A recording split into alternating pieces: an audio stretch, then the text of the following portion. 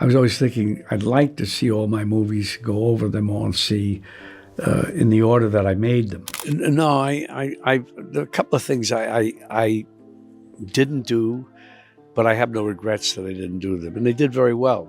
That's great. I have no complaints about my own career, if you will. He's Hollywood royalty, a two-time Oscar winner, a man whose presence on screen has defined generations. But now, at 81 years old, Robert De Niro lives a life that many would call profoundly sad and eerily isolated. Imagine a legend at the height of his career, packed red carpet premieres, collaborations with Martin Scorsese, standing ovations for Taxi Driver, The Godfather Part II, Raging Bull.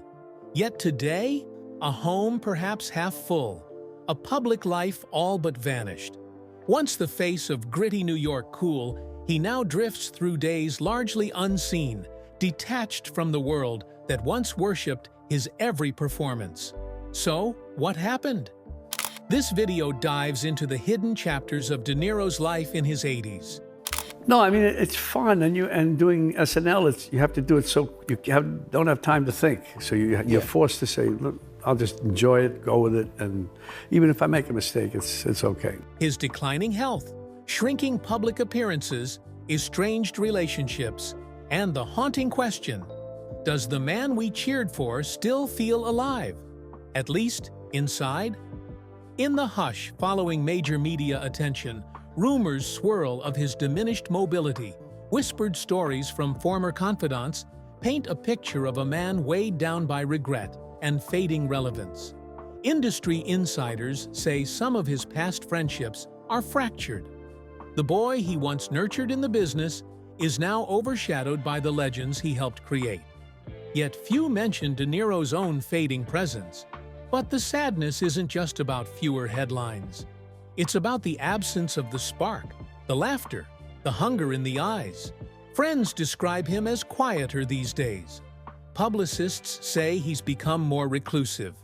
Most concerning, his daughters were rarely seen by his side at recent events, and a few close sources suggest strained relationships. De Niro's legacy, undeniable. But his current life?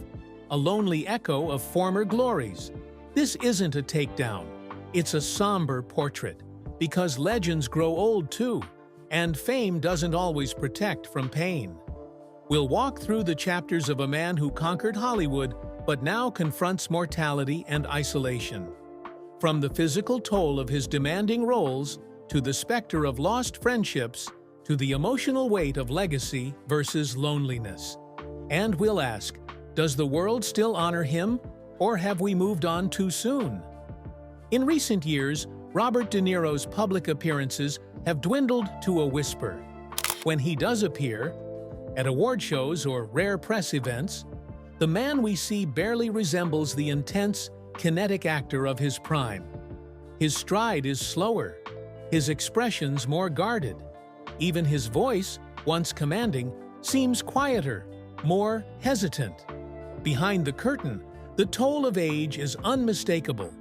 Reports have surfaced of chronic back pain, a recurring hip injury that makes walking long distances nearly impossible, and a private battle with memory loss.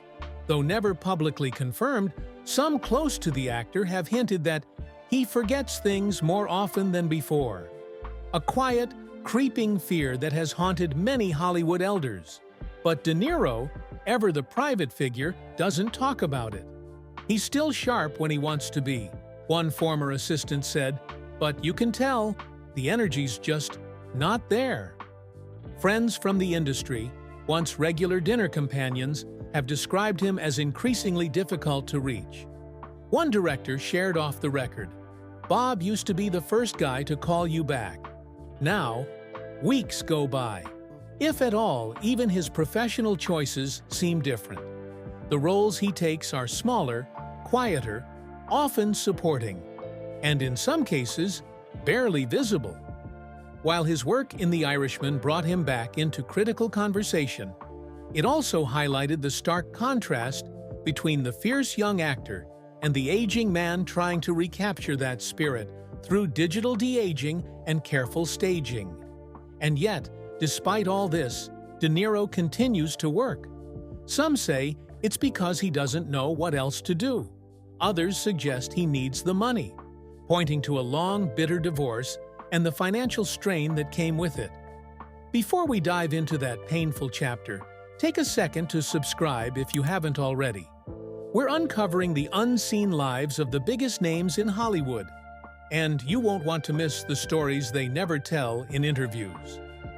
Let's talk about the heartbreak that broke more than just his bank account. The divorce from Grace Hightower wasn't just a split, it was a war. A long, drawn-out legal battle that exposed more of Robert De Niro's private life than he had ever intended. For over 2 decades, Grace had been by his side. Their relationship was never perfect. They first divorced in 1999, only to reconcile and remarry in 2004. But the second separation in 2018 revealed something far more troubling: a broken partnership that had become emotionally and financially draining. Court documents painted a grim picture. De Niro accused Hightower of extravagant spending, millions on designer clothing, jewelry, and lavish travel. She, in turn, claimed she had been promised a lifestyle that included a $100 million New York apartment and unrestricted access to his wealth. At the heart of the legal battle was one haunting revelation. De Niro was being forced to keep working, not out of creative drive, but to maintain the lifestyle his ex-wife demanded. He's 77 years old, his lawyer said at the time, and he shouldn't be working at this pace, but he has no choice. It was a shocking statement, and a sad one, because it revealed the painful truth. The man who had defined cinema for half a century was now grinding out late-career projects, not out of passion, but survival. De Niro's own words in court echoed that exhaustion. "When does it stop?" he asked. "When does she get her fill? When does this ever end?" For a man so famously private, it was a rare glimpse into emotional vulnerability, and it struck a chord with fans. Not only was De Niro aging, he was aging under pressure. Even after the divorce was settled, the damage lingered. Friends say he became more withdrawn. One family friend noted, "He's never been the warmest guy, but now he just seems tired in his bones." And while he continues to raise a young child from that marriage, born via surrogate, the strain of fatherhood at his age is enormous. He loves his son, one insider said, but the energy just isn't there anymore. You can see it in his eyes. In a town obsessed with youth and momentum, Robert De Niro now finds himself part of a shrinking club. Legends too revered to ignore, but too past their prime to be centered. It's a cruel contradiction. Being admired, but no longer pursued. He's no longer a box office draw in the eyes of studios. He doesn't headline franchises. His films, even when acclaimed, are quietly released to streaming platforms or receive limited theatrical runs. It's not about talent, it's about time and how unforgiving the industry is when it senses your final act approaching. Younger actors, directors, and fans still speak of him with awe, but very few actually call. He's treated like a statue, one producer said, something you take a picture with, not someone you have dinner with. Former collaborators, people who once built their careers alongside De Niro, have largely moved on. Scorsese, though loyal, works frequently with Leonardo DiCaprio now. Al Pacino, once his on-screen equal, has taken a different path, more open, more social, even more digitally present. De Niro, he rarely posts, he rarely speaks, and when he does, it's brief, guarded, transactional. Even his children, according to sources close to the family, feel the distance. Some live abroad, others have families of their own. And though they love him, they describe their father as impossible to read, hard to reach, and emotionally distant. He shows love by doing, one child once said. but he's never been great at saying how he feels. That distance, both emotional and physical, has made his later years even more isolating. He lives in luxury, yes, but luxury can't hug you when the house goes quiet. It doesn't fill the silence left by old friends who've passed or stopped calling. And perhaps most painful of all, De Niro knows it. In rare moments, he's been caught saying things like, "People don't need me the way they used to." Or worse, "I'm just the last of a generation. Everyone else is gone or going." It's not bitterness, it's resignation. And for a man who once commanded every room he entered, that kind of quiet is deafening. In recent years, De Niro has tried to stay connected, not just to the industry, but to the world. He's taken roles in controversial political dramas, independent films, and even the occasional comedy. Some see it as reinvention, others as desperation. One film in particular, The War with Grandpa, raised eyebrows. A family comedy about a prank war between generations, it was a far cry from the emotionally complex roles that made him famous. Critics were puzzled. Was this really the same man who bared his soul in Awakenings and bled for every frame of Raging Bull? But insiders say the choice wasn't random. He wanted to do something his young son could watch, a source revealed. He knew he didn't have many films left that his kid would ever understand. Yeah, I mean, sometimes I think it's very important to be ready to do it, even very important with the dialogue, so that you're not thinking about it. It was less about the audience and more about legacy. Yet the roles that followed were equally uneven. Small parts in forgettable thrillers, one-note cameos, and occasional dramatic leads that struggled to gain traction. Even when he turned in solid performances, like in Killers of the Flower Moon, the buzz was muted, the spotlight elsewhere. At the same time, De Niro began to speak out more politically. A fierce critic of Donald Trump, he made headlines with fiery speeches and unapologetic interviews. For some fans, it was refreshing. For others, polarizing. But those close to him saw something else. A man desperate to feel heard. He's never been very vocal politically, one friend said. So when he started speaking out, it wasn't about being woke. It was about still mattering, still having a voice. But the backlash was swift. Online, many criticized him. Others mocked him. And gradually, he seemed to pull back. The one constant throughout it all? Silence. No response to the criticism. No explanation for the role choices. Just that familiar retreat into shadows, where a man once larger than life now moves like a ghost through a city that once worshipped his name. Those who visited De Niro in recent years describe a life that's elegant on the surface, but hollow underneath. His New York penthouse still boasts sweeping views of Manhattan. The decor is tasteful, understated. Awards line the walls. Photos of him with legends long gone, Brando, Scorsese, Pesci, are tucked into frames along the hallway.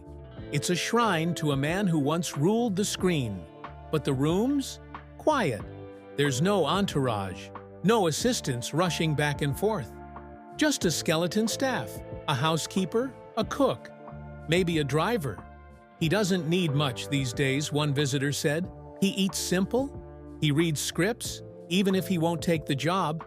He watches the news, a lot of news. Sometimes he watches his old movies. Not often, but enough. Sources say he rarely speaks while watching them. Occasionally, he'll mutter something, a correction, a critique, a memory. But mostly, he just stares. One friend described it like watching a man sit across from his younger self. And there's pain in that, because as much as De Niro has achieved, and it's more than most actors could ever dream of, he's also watched the world move on. New icons have risen, new stories are told. The spotlight, once fixed on him, has drifted to brighter, younger faces. And what's left is something many legends face, but few talk about: irrelevance, not in terms of importance, but in terms of presence. He's not part of the conversation the way he once was, and he knows it. He's not bitter, one longtime friend said, but he's aware, very aware. And that awareness, mixed with the natural slowing of age, the loneliness of fame, and the burden of past mistakes, creates a cocktail of quiet sorrow. Not a breakdown, not depression, just sadness. The kind that lingers, the kind you carry, the kind that even applause can't drown out. In one of his final candid interviews, De Niro was asked what scared him most. He paused for several seconds before answering, wasting time. It was a brief response, but it said everything. Time for De Niro was always currency. He gave it to directors, to roles, to craft. He sacrificed time with family, time for himself, all in the name of legacy. But now, at 81, that same currency is running out. And with it comes the sobering realization: not everything left unsaid will be remembered. He's not a man who talks about death, but he's a man who thinks about it. He's made quiet changes, updated his will, set aside funds for each of his children, created privacy clauses about his estate, limiting how much access the media will have when he's gone. It's not paranoia, it's protection. He wants to control how he goes out, said one estate lawyer anonymously. And he's seen too many friends get turned into headlines after they died. He doesn't want that. This is a man who's lived through the deaths of nearly all his cinematic peers. He saw Brando fade. He watched Nicholson retreat. He delivered eulogies for friends who once shared the screen. And now he walks closer to that same end. But what's remarkable, and deeply human, is that even as he prepares for death, he still occasionally clings to the idea of one last act. Not a role, a reconciliation. Sources close to him say there are a few names he still keeps on his mind. People he once loved, colleagues he wronged, children he feels he didn't always show up for. There's talk of letters, ones he's written but never sent. One of them, reportedly addressed to his oldest son, ends with, "I didn't always know how to love out loud, but I never stopped trying." Those aren't the words of a legend. They're the words of a father, a man, a soul, stripped of ego. And they're what he may want the world to remember. In the quiet of his penthouse, Robert De Niro has developed routines, small, almost sacred habits that tether him to a world that otherwise feels distant. Each morning begins the same way: black coffee, 2 slices of toast, no butter. He reads both the New York Times and the Wall Street Journal, marking articles in the margins. Not because he plans to act on them, but because the ritual reminds him of the days when every word he spoke could make headlines. He walks slowly now, sometimes with a cane, sometimes with a trainer. He doesn't go far, just around the building or down to a nearby cafe. But those short walks matter. They're one of the few ways he still feels present in the city he once owned. He avoids mirrors. One longtime housekeeper shared that the mirrors in his home are often covered or dimly lit. He doesn't like to see himself anymore, she said. I think it reminds him too much of the years that are gone. But he does watch old films, not just his. Sometimes Brando, sometimes Olivier, occasionally even younger actors. He studies them quietly, scribbles notes, not because he needs to, but because he can't stop being a student of the craft. That obsession has become a double-edged sword, because for De Niro, every frame of film is a reminder, not of success, but of time lost. He sees the man he was, the fire in his eyes, the agility in his movements, and it hurts. He's scared of being remembered only as young, one friend said, like his final years will vanish, like the world will pretend the old man never existed. It's a real fear, the idea that legacy will flatten him, turning a complex, evolving human into a handful of iconic scenes and half-told stories. That's why, according to those close to him, he's been quietly planning something different. A documentary, a letter, maybe even a memoir. Not for public release, but for his children. A final chance to show them the whole man. Not just the actor, not just the icon, the father, the friend, the flawed human being. The idea of legacy is heavy for someone like Robert De Niro. Not because of ego, but because he knows how false it can become. He's seen it happen. Brilliant artists turned into punchlines. Giants reduced to trivia. He's heard fans say they don't make them like De Niro anymore, while barely watching the films he still makes. Oh, you don't think, well, we're going to make this movie and it's going to have an impact like this. You just don't know. That's why his final years have taken on such a strange tone. Part retreat, part quiet resistance. He won't beg for relevance, but he won't vanish completely either. He still shows up for interviews, brief, selective, tightly controlled. He still accepts scripts, though rarely says yes. He still answers calls from old friends, the few who haven't disappeared. And he still loves New York, despite the pain in his knees, the fading spotlight, and the weight of 81 years. He still walks those streets when he can, not to be seen, but to feel something familiar, to remember who he was, and maybe who he still is. There's no grand finale planned, no farewell tour, no press conference. That's never been his style. Instead, he seems to want something quieter, more personal, a peaceful exit, not with applause, but with truth. Because in the end, Robert De Niro isn't just a legend, he's a man, a father, a figure wrestling with everything fame never prepares you for. Time, regret, isolation, and the fear of being forgotten, not for what you did, but for who you became. And maybe that's the real sadness of how he lives today. Not the silence, not the solitude, but the knowledge that the world he once ruled now keeps moving. A little too fast to look back. But we can look back, and we should. Because even now, in the quiet, Robert De Niro is still teaching us something about age, about truth, and about what it really means to leave a mark that matters. And in recent months, close friends say he's begun something new. Not a movie, not a public project, but a private one.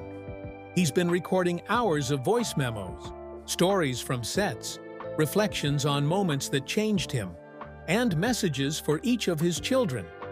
A kind of audio time capsule. In case they ever wonder, he said once, I want them to hear it in my own voice. It's a final act not built for fans, but for family. A soft-spoken man trying to bottle up his legacy, not in film reels or award speeches, but in human connection.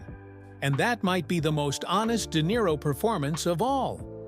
As the lights continue to dim around him and the city he once ruled buzzes with new stars and new stories, he remains steady, stoic, silent, not begging for attention, just hoping his life, in all its chaos, brilliance, and quiet, meant something beyond the screen. And if we pause for just a moment and truly listen, we might hear it. Not a monologue, not a farewell, but a whisper, a final breath of truth from a man who even now is still teaching us how to live, how to love, and how to let go. He also visits the theater occasionally, slipping in unnoticed just as the lights dim. It's not to be seen.